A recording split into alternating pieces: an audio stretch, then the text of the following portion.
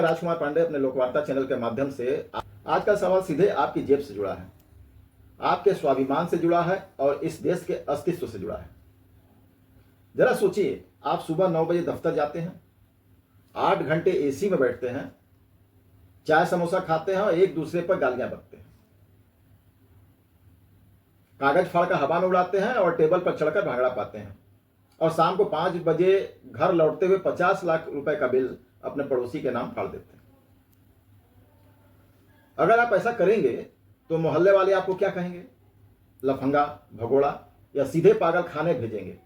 लेकिन हुजूर, यही काम जब दिल्ली के लुटियंस जोन में देश के सबसे बड़ी पंचायत यानी हमारी संसद में होता है तो इसे राजनीतिक रणनीति कहा जाता है। इसे मानसून सत्र का वॉश आउट कहा जाता है। अब काहे का वॉश आउट? जिसका वॉश आउट नेताजी का, मंत्री जी का, सांसद जी का।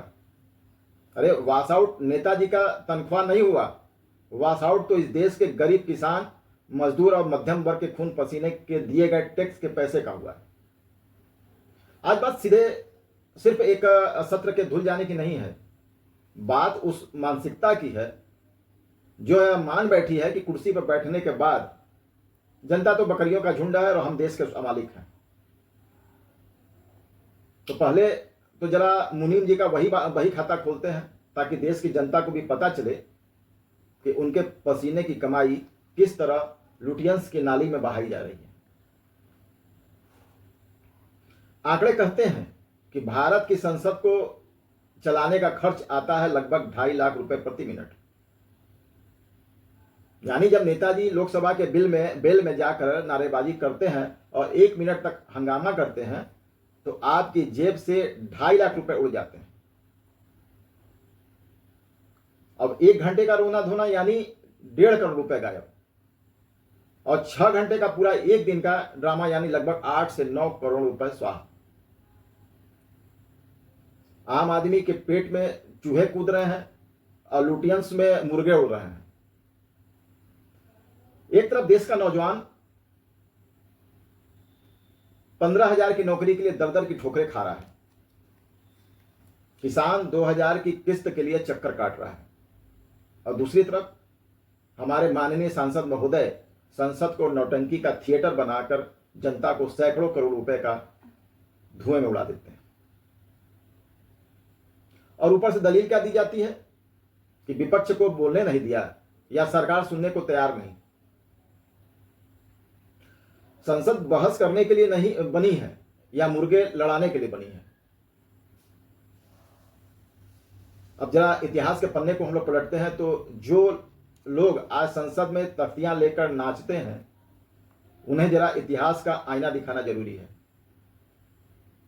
1952 से 1967 का दौर याद कीजिए, जब पंडित जवाहरलाल नेहरू प्रधानमंत्री थे और सामने डॉक्टर राम मनोहर लोहिया, श्यामा प्रसाद मुखर्जी और अटल बिहारी वाजपेयी जैसे दिग्गज विपक्ष में बैठते थे। तब क्या मतभेद नहीं थे? क्या तब वैचारिक युद्ध नहीं था? 1962 का भारत चीन युद्ध हो या 1965 का संकट, अटल जी और लोहिया जी ने सरकार के ईंट से ईंट बजा दी थी, लेकिन मर्यादा के दायरे में रहकर। उस दौर में संसद साल में औसतन 120 से 140 दिन चलती थी। रात रात भर बैठकों की एक एक विधेयक, एक एक कामा और एक एक फुल स्टॉप पर बहस होती थी। एमएन वेंकटचलैया आयोग ने स्पष्ट कहा था कि लोकसभा को वर्ष में कम से कम 120 दिन और राज्यसभा को 100 दिन चलना ही चाहिए। लेकिन आज की स्थिति क्या है? आज साल में मुश्किल से 60 से 70 दिन संसद बैठती है और उसमें भी 50% समय हंगामे की भेंट चढ़ जाती है। इतिहास गवाह है कि जब जब संसद की बहस का स्तर गिरा है, देश का नुकसान हुआ है। जब 1975 में आपातकाल लगा तो संसद मूकदर्शक बनी रही। आज जब कानून बिना चर्चा के पास होता है तो लोकतंत्र की आत्मा तड़पती है। इस मानसून सत्र में क्या हुआ? जो विधेयक पास होने चाहिए थे वे देश के विकास, रक्षा और जनहित से जुड़े दर्जनों कानून बिना किसी चर्चा के, 10 मिनट के भीतर यानी ध्वनि मत से पास करा दिए गए। यानी न विपक्ष ने अपने कुछ सुझाव दिए, न सरकार को कटघरे में खड़ा किया गया। जो विधेयक अटकाए गए वे किसानों, मजदूरों और युवाओं के रोजगार से जुड़े जरूरी संशोधन थे, जो हंगामे की भेंट चढ़ गए। मित्रों, संसद सर्कस बन गई है और संसद में मुद्दे क्या उठाए जा रहे हैं, किसी ने किसी की लुंगी पर कमेंट कर दिया। देश में महंगाई, बेरोजगारी, सुरक्षा पर बात नहीं होगी, बात होगी नेताजी की लुंगी पर।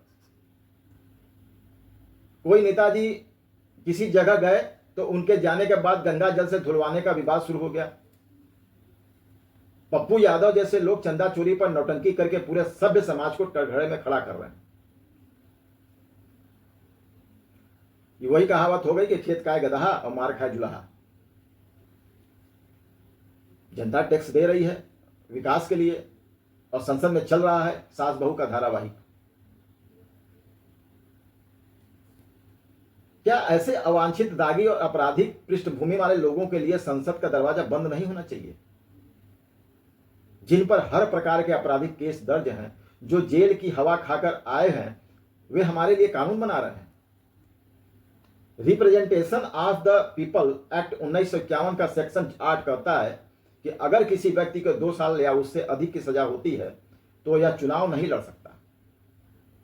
जैसा 1913 के लिली थॉमस केस में सुप्रीम कोर्ट ने कहा था, 2018 के पब्लिक इंटरेस्ट फाउंडेशन केस में सुप्रीम कोर्ट ने कहा कि हम केवल चार्जशीट के आधार पर किसी नेता को चुनाव लड़ने से नहीं रोक सकते।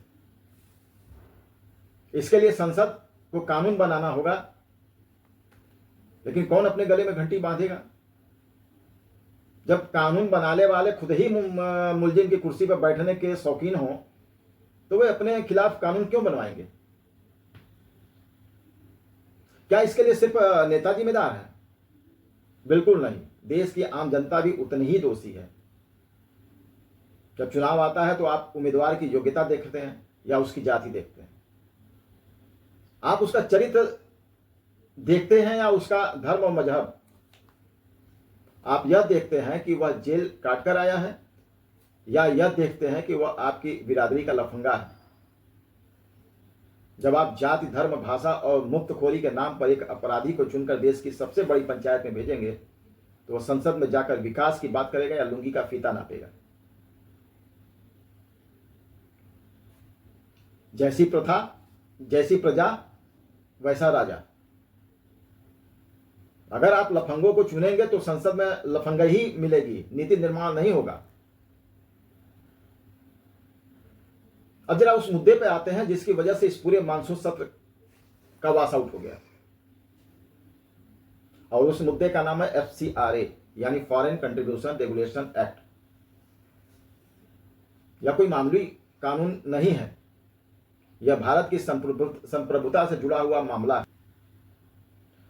सांप भी न मरे और लाठी भी टूट जाए, लाठी भी न टूटे।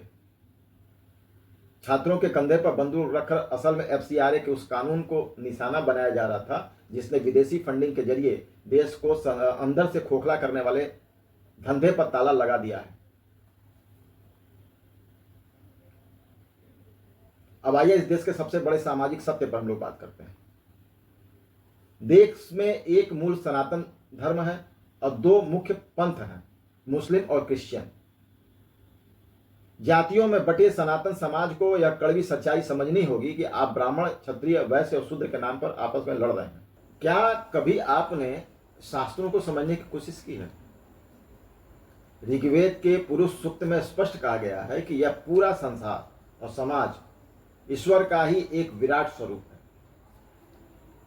भगवान के मुख से ब्राह्मण, भुजाओं से क्षत्रिय, उदर यानी पेट से वैश्य और चरणों यानी कटी प्रदेश से शूद्र की उत्पत्ति मानी गई।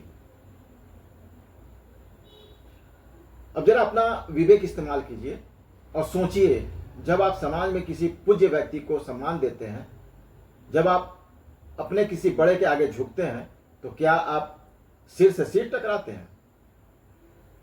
नहीं, आप हाथ जोड़कर सीधे उसके चरण छूते हैं।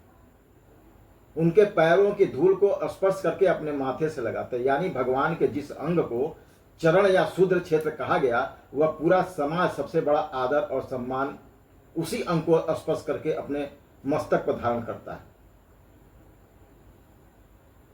तो फिर सम्मान किसको मिला? ब्राह्मण को मिला या शूद्र को मिला?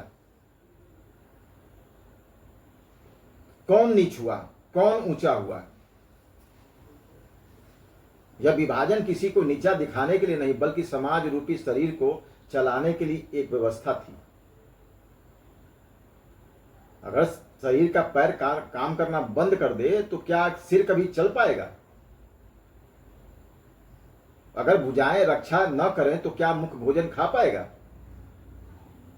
लेकिन अफसोस, सनातन समाज इस महान दर्शन को भूलकर जातियों की संकीर्णता में बट गया और अपनी जड़ों को काटने पर लगा हुआ है। दूसरी तरफ बाकी दोनों पंथों का एजेंडा शीशे की तरह साफ है।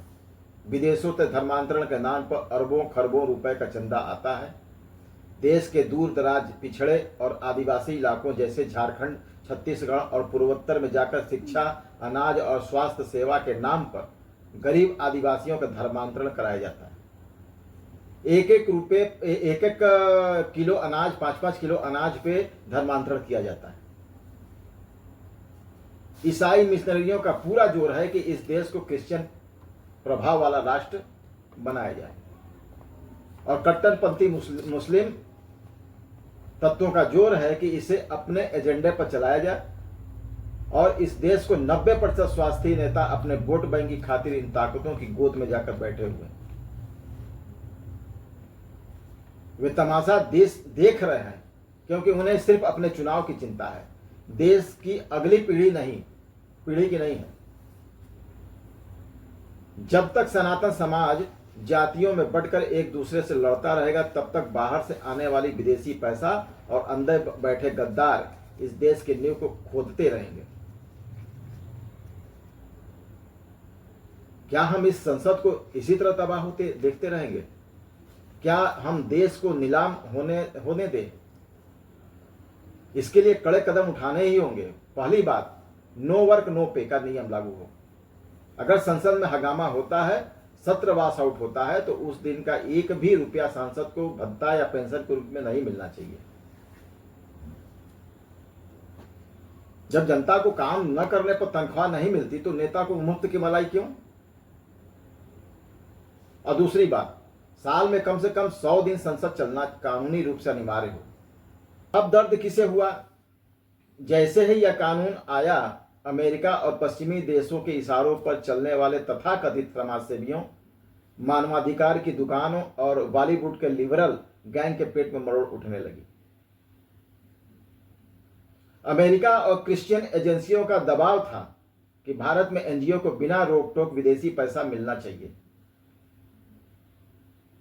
विपक्ष ने एफसीआरए के मुद्दे पर अमेरिका और विदेशी लॉबी के दबाव में आकर संसद को ठप कर दिया। छात्रों का मसला तो सिर्फ बहाना था। अगर छात्रों का मसला असली होता तो जब झारखंड में पेपर लीक होता है, जब वहां नौजवानों का भविष्य बर्बाद होता है, तो ये सारे सूरमा मौन क्यों हो जाते हैं? वहां विदेशों से खाने के पैकेट क्यों नहीं आते? कहां चली जाती है वो सीजेपी? कहां चले जाते हैं केजरीवाल? और इस देश का पैसा खाकर विदेशी आकाओं की भाषा बोलने वाले ये फिल्म स्टार कहां गायब हो जाते हैं? आज के लिए बस इतना ही। अगर मेरा वीडियो पसंद आ रहा हो तो वीडियो को लाइक करें, शेयर करें, कमेंट्स करें, बेल आइकन जरूर दबाएं कि आने वाला नोटिफिकेशन आपको मिलता रहे। तब तक के लिए आप स्वस्थ रहें, मस्त रहें। जय हिंद, जय भारत, वंदे मातरम।